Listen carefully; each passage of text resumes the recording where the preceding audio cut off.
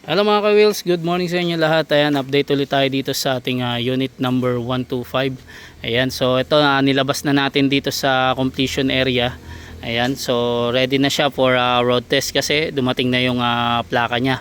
So review lang tayo konti ng kanyang mga specs tsaka inclusion.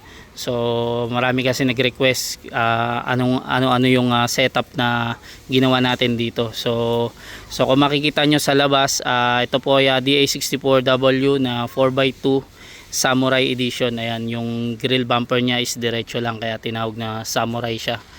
Ayan. Tapos single power slide ito. Ayan. Tapos yung color niya is lime green metallic. Ayan, with black. So dito nag-additional si client ng special color. Iba kasi yung ano natin nasa package na color, kaya ito nag-upgrade na lang siya ng nagpadagdag pa siya ng mica. Yan, kung mapapansin nyo, ayan, pakita natin Yan. So iba yung color niya kapag nasisinaga ng araw. Yan, medyo malikabok lang. So ibabapping pa natin to after road test. Ayan, nalikabukan na. So bago natin i-release yan, kasi may hindi pa nabapping dito. Ito yung alam ko, itong bumper. Yan, huli kasi natin yan na kinabit. Tapos ngayon na dumating na yung plaka nya, congrats sa ating number 125. Finally dumating na. So ready na siya for road test. Ayan. So check muna natin yung loob kung ano-ano yung mga nakalagay ba sa kanya. Ayan. Ayan. So gumagana yung remote niya dito. Ayan. Ayan. So ito, may mga power features na siya, like all power window, power mirror. Ayan. Tapos meron siyang additional na dashcam 7-inch.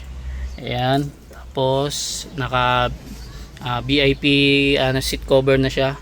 Ayan, pati ceiling. And then tsaka matting. Ayan, naka vinyl matting na siya. Ayan. So kung mapapansin nyo, medyo marumi pa siya.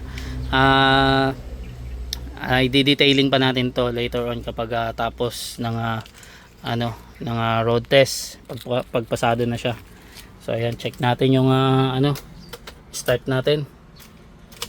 Yan. Yun one click. So ito, meron siyang parang pula dito. So yan yung airbag. So wala na yan. So hindi na natin yan pinapansin kasi putol na yan from Japan. Tapos ayan yung sign ng gasoline, wala na siyang gas. Papagasan natin siya. Ayan. So simple lang naman to. Ito na yung plaka niya. Simple setup lang naman to, pero may mga add-on siya. Ayan. So buksan natin yung aircon. Yun ayan. Tapos ito, single power slide yata ito. Ayan. Ayan.